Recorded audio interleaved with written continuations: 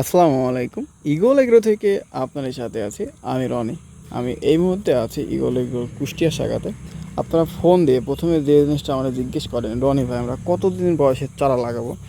এতে দেখুন এখানে ২টা গ্রেডের চারা আছে, অর্থাৎ একটা চারার বয়স আপনার ২০ দিন এবং একটা চারার বয়স ৩৫ দিন। এখানে আমি সাজেস্ট করব যে আপনারা ৩৫ দিন যে চারাটার বয়স আপনারা সেই চারাটা লাগাবেন।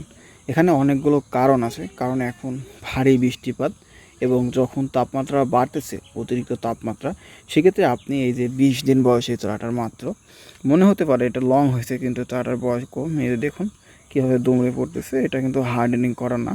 এই চারাটা হার্ডেনিং করলে কিন্তু এই চারাটা অনেক টাইট হয়ে যাবে।